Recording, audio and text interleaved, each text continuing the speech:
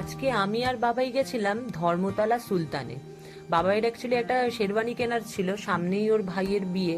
তো ওর শেরওয়ানিটা ভাবলাম আজকেই কিনে নি, তারপরে এখনো আমার শপিং করা বাকি, আমার শাড়ি, ব্লাউজ, পেটিকোট অনেক কিছু কেনা বাকি আছে। তো সেই তার জন্য আরেকদিন ধর্মতলায় যেতে হবে।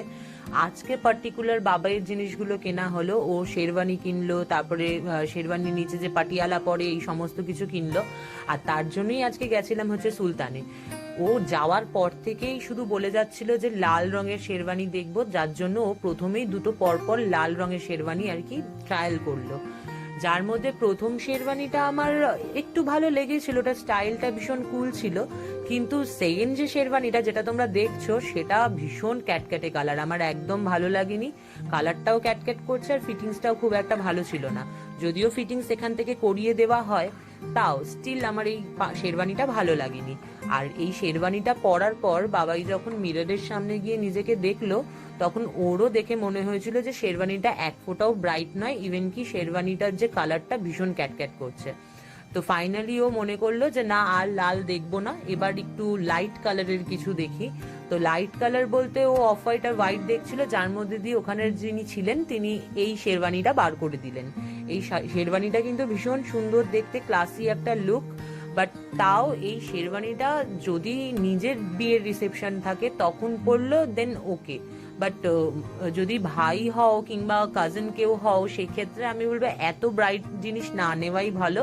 আর অ্যাজ ইউজুয়াল আমার এই শেরওয়ানিটাও ভালো লাগেনি, বিকজ আমি লাইট কালার সবকিছুর উপরে পছন্দ করি না। লাইট কালারের শাড়ি হলো, লাইট কালারের টি শার্ট হলো, ফাইন, বাট শেরওয়ানি লাইট কালারের নয়। যাদের ব্রাইট স্কিন টোন তাদের জন্য ঠিক আছে। তো এটাও বাবাই মিররে দেখার পর ভালো লাগলো না, তারপরে ও গিয়ে একটা নেভি ব্লু কালারের শেরওয়ানি পছন্দ করলো, যেটা আর কি ট্রায়াল দিয়ে দেখছে। এই শেরওয়ানিটাও দেখতে ভীষণ স্মার্ট ছিল, বাট হলে কি হবে, উপরে এত বেশি অভ্র দেওয়া ছিল যেগুলো নিয়ে আমি একদম কনফিডেন্স পাচ্ছিলাম না। আমি ওখানে দাদাকে জিজ্ঞেস করলাম যে অভ্রগুলো স্টে করবে কি, উনি নিজেও কনফিডেন্ট দেখাতে পারলেন না, বললেন যে সেটা ডিপেন্ড করবে ওয়াশের উপরে, আর বারবার মানে একাধিকবার ওয়াশ করার পর এই অভ্রগুলো উঠে যাওয়ার সম্ভাবনা আছে। তো সেই কারণে এটাকেও আমি আলটিমেট রিজেক্ট করলাম। বাট এটা পরে বাবাইকে ভালো লাগছিল, কিন্তু ওই যে একটা সমস্যা, জিনিসটা নষ্ট হয়ে যাবে বছর 2-3 বাদে, যার জন্য এই শেরওয়ানিটাও রিজেক্ট করলাম। তারপরে আমি একটা শেরওয়ানি ওকে দেখালাম যেটা কালার ছিল ডার্ক ব্লু, আর সেখানে কিন্তু কোনো অভ্র দেওয়া ছিল না। এই শেরওয়ানিটা ভীষণ ভালো লেগেছিল আমার প্রথমেই দেখে, আমি গিয়েই এই শেরওয়ানিটা ওকে ট্রায়াল দিতে বলেছিলাম, কিন্তু তখন ওনার এটা ভালো লাগেনি। তারপরে যখন সবকটা ট্রায়াল দেওয়ার পর ওর ভালো লাগলো না, তখন বললো চল ওটাই ট্রায়াল করি। এটাও তোমরা দেখতে পাচ্ছ একটু চিকচিক করছে, কিন্তু এটা কিন্তু অভ্রর জন্য চিকচিক করছে না। এখানে কিছু স্টোন বসানো আছে চুমকি টাইপস, সেগুলোকে সুতো দিয়ে সেলাই করা আছে। সুতরাং সুতো যতক্ষণ না কাটছে ততক্ষণ কিন্তু এই স্টোনগুলো বেরিয়ে যাওয়ার কোনো চান্স নেই। আর এটাও কিন্তু যথেষ্ট মানে রয়্যাল লুক, স্মার্ট লুকস, আর বাবাইকেও ভীষণ ভালো যাচ্ছিল, তাই জন্য এটাই আমরা ফাইনাল করলাম। আর সুলতানে কিন্তু যে শুধু ছেলেদের কালেকশন পাওয়া যায় এমনটা নয়, কিন্তু এখানে কিন্তু মেয়েদের কালেকশনও রয়েছে, উইমেন্স কালেকশন ভীষণ ভালো, ভীষণ রিজনেবল।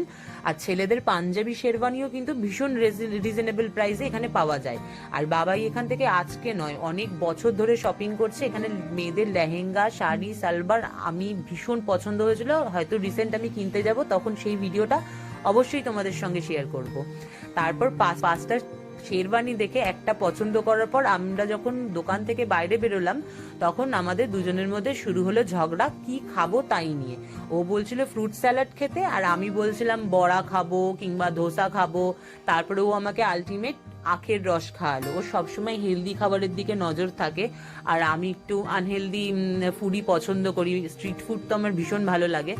যাই হোক, তো তারপরে আমরা একটা আখের রসের দোকানে গেলাম, যেটা দেখে আমার ভীষণ পরিষ্কার পরিচ্ছন্ন বলে মনে হয়েছে। আর ওনারা দিচ্ছেও খুব ফ্রেশ জিনিস, মানে সঙ্গে সঙ্গে আর কি আখের রস বার করে যেই জায়গাটায় বার করেছে সেই জায়গাটাও আগে ওনারা তুলে দেখিয়ে নিয়েছিলেন। মানে জল টল অনেকে অনেক সময় মিশিয়ে রাখে, তো তো সেই সব ব্যাপার ছিল না, ভীষণই ফ্রেশ। আর খেতেও ভীষণ মিষ্টি ছিল, আর এটা তো হেলদি খাবারই। আমি আর বাবাই 1 গ্লাস করে নিলাম, 30 টাকা করে পড়লো। এখান থেকে আখের রসটা খাওয়ার পর হাঁটা দিলাম হচ্ছে নিউ মার্কেটের দিকে।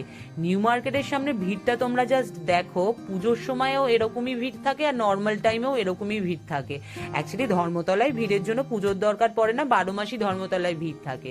তো এই ভিড়টা পেরিয়ে আমার চোখ পড়লো হচ্ছে একটা বেল্টের দোকানের দিকে।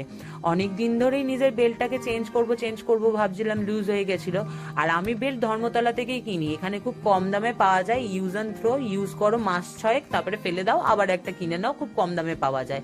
ওই লেদার ফেদারের ফ্যাশনেশন আমার নেই। তো তার জন্য এখানেই একটা বেল্ট পছন্দ করলাম, যেটার দাম ওনারা 200 টাকা বলছিল, বাট আমি আর বাবাই বার্গেন করে এটাকে 100 টাকায় নেওয়ার চেষ্টা করেছিলাম। বাট দাদু সেটা দেয়নি 100 টাকায়, দাদু 150 টাকা অবধি কমিয়েছে, মানে 50 টাকা কমিয়েছিল। তো ফাইনালি আমরা 150 টাকা দিয়ে এই বেল্টটাকে পারচেস করে নিলাম, যেহেতু বেল্টটা আমার ফিটিংসও এসেছিল আর বেল্টটার লুকসটাও ভালো ছিল, মানে ওই ম্যাটা ম্যাটা নয়, যথেষ্ট গ্লজি ছিল। তারপরে এখান থেকে বেল্ট কেনার পর চলে গেলাম হচ্ছে একটা ব্যাগের দোকানে। এই দাদুর দোকানের ব্যাগ আমি আগেও কিনেছি, ইভেন কি কিছুদিন আগে আমার এক বান্ধবীর সঙ্গে গিয়েও এখান থেকে একটা ব্ল্যাক ব্যাগ কিনেছিল ও। তো তখন আমি একটা ব্ল্যাক কালারের ব্যাগ পছন্দ করে গেছিলাম, যেটা তখন নেওয়া হয়নি, এখন এসেছিল নিতে। আর এই হচ্ছে সেই ব্ল্যাক কালারের ব্যাগটা, ভীষণ মানে পছন্দ হয়েছে, ভীষণ সুন্দরও ব্যাগটা।